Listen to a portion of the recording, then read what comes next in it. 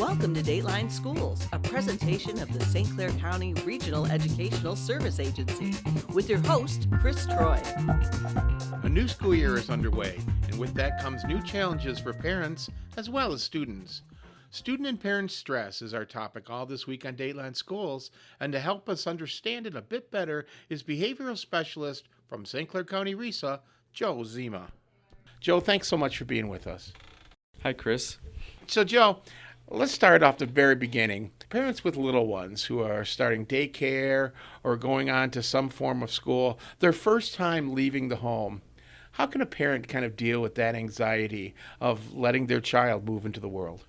Well, I think there's a couple things we can think about, and some of the steps are exactly similar to how we have even high school or older students at our developmental center get ready for returning to school, or sometimes when a student takes a prolonged absence, what are some supports we can put in place to make it a positive experience? So things parents can do, think about how timing matters, creating a morning routine, a time to leave for the day when we're well rested, fed, trying to leave around a similar time each day. So creating that consistency around timing, trying to do that when students in a good or positive mood. Practicing our morning routine, including things we need to get ready or have available. Sometimes even having little pictures and countdowns about when we leave and how we leave. Being calm for a parent. It's going to be kind of a nerve-wracking time, especially for new moms and new dads, but making sure that we're calm and modeling that feeling of safety, that everything's going to be okay, that although we're dropping you off and it might be the first time, we're going to be back. And then following through on promises or pickup times when students are ready to leave. Joe, now there's some students who are going from an elementary school maybe to a middle school or middle to high school, which is a whole new realm. What should a parent do to kind of keep an eye on those students to make sure that they're making that transition? Obviously, every student's going to say, today was fine, Mom, today was fine, Dad. But what should a parent keep an eye open for when a student is experiencing something new? Yesterday, Chris, we talked about what parents can do to help our really young students get ready for daycare and school for the first time, and including, how timing matters, practicing that routine, the parents themselves being calm and consistent, and then knowing that, separation anxiety is very, very normal to most situations, and that stress typically lessens over a very short period of time as we fall into those new routines. Some things that we can look for, though, if that stress continues through elementary, sometimes into middle school, there's some symptoms that might be more closely related to a diagnosable anxiety disorder that you may want to talk with your doctor about. So some of those symptoms might include panic symptoms, things such as nausea, vomiting, shortness of breath, or even panic attacks before parent leaves or student heads off to school. And then excessive worry about being lost or kidnapped or going places without a parent. Those may be potential signs of a health concern associated with anxiety or stress. And so a parent might want to talk with their physician if they notice any of those symptoms. What about those students who are not worrying so much about leaving with their parents, but starting something new, a new group of people they've never been in, a new school? What can a parent do to kind of make sure their student is making that transition smoothly? I think some of the very same things that we talked about with really young students heading into school for the first time. A lot of that really just falls into this kind of category of social skills training or preparation. So talking with their student, their son or daughter, what is going to be new? What does the new environment look like? Practicing ways to stay calm. Different mindfulness techniques could be utilized for something like that. And then also paying attention to if there are any signs of excessive worry. That may be something they want to talk about with a family physician if that continues for weeks or months on end with some of those same medical symptoms. Joe, if I'm a new student coming into a new surrounding, being a middle school, high school, or even college, and I'm kind of anxious about it, what can I do to make myself feel better? I think something that's really interesting, there's a documentary that recently came out that kind of recapped the research on what folks can do with stress and anxiety. And the documentary on was The Mind Explained. And they talked about the top 3 treatments for stress and anxiety being cognitive therapy, medications, but also things that folks can do, including mindfulness exercises, which really gets into breathing exercises, yoga, different mental exercises that folks can do to help reduce some of those symptoms of stress. Joe, how can a parent make sure that their student is making a positive adjustment to their new surroundings? Are there questions they can ask other than "How was your day"?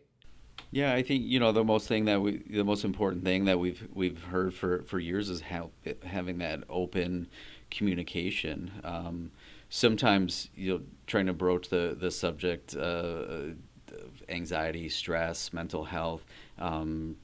Presenting materials, referencing or watching short documentaries that are available with their student as a parent, practicing some of those breathing techniques, modeling self-care is really important. That parents are demonstrating, how to have those conversations, making time by putting their phone down, turning the TV off, taking those opportunities to open those lines of communication, have those discussions with their students. Does St. Clair County RESA offer any kind of programs or classes or anything that maybe a parent could take with their students to help reduce stress in life? So one of those classes that we're going to be offering at St. Clair County RESA is going to be starting in October of this year, and it's entitled Stress Reduction for Those in Human Services.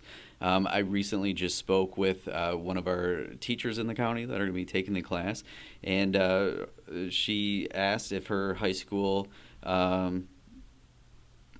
daughter could take the class with her. So we kind of talked about what the class would be, what that would look like, and it sounds like it's going to be really appropriate for them to take that class together. So there's definitely courses, classes such as the one here at St. Clair County RESA, which is free of charge for our teachers and school staff.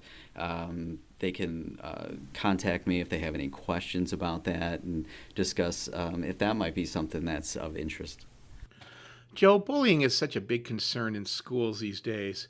What can a parent do if they think their student is being bullied? Are there certain questions that they should talk to their student about or warning signs they should look for? So warning signs that parents can look for, any type of behavioral changes, anxiety around returning to school, that's a change in behavior, fear of going to school, ripped and torn clothing, changes in routine, spending excessive time online. Some of these can be normal symptoms, if you will, that come up for our teenage students, but some of those can also be potential signs of bullying. Having those conversations with their student about if bullying is taking place is really important.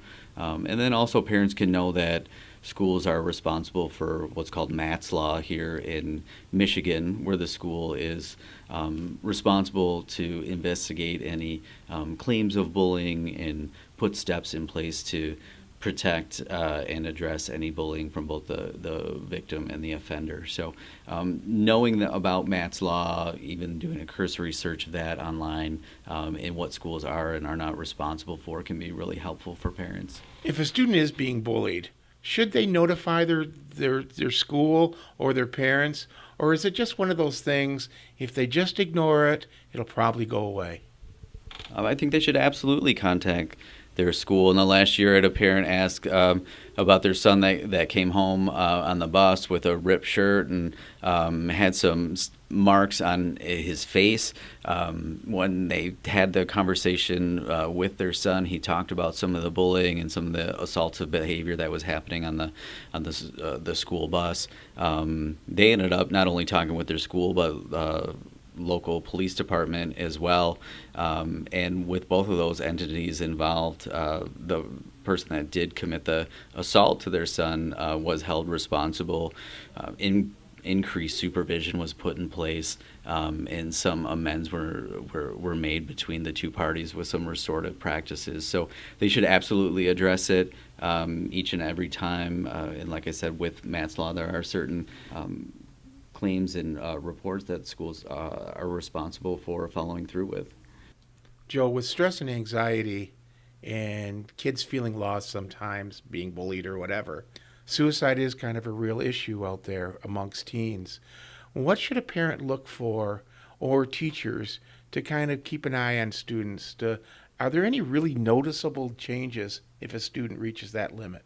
Yeah, there's quite a few, Chris. So some of the potential warning signs, and again, each of these can occur in isolation or even small groups and not mean that the student is suicidal. But some of the potential warning signs could include suicidal notes or writing about death and dying, threats, either direct or indirect. Of course, any previous attempts of suicide can be an increased warning sign or red flag.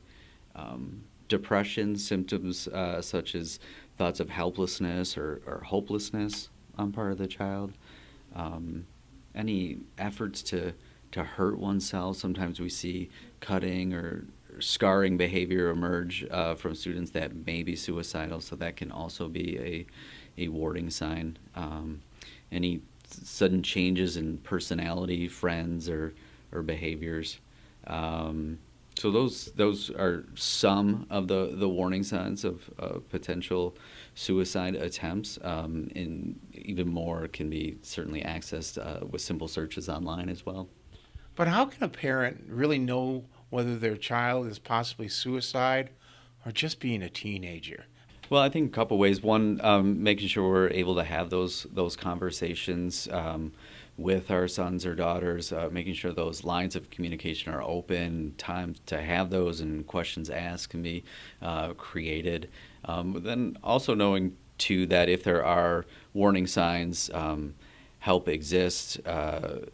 Local community mental health and access lines are available for any questions. Crisis line here in the county can be accessed as well for that. So just making sure that we're taking any potential warning signs very, very serious, talking with our doctors, our local community mental health supports, investigating those as much as possible. Well, Joe, thank you so much for your time and advice this week to help get the school year off to a healthy one for both parents and students. For Dateline Schools, I'm Chris Troy. Dateline Schools is a presentation of St. Clair County RESA.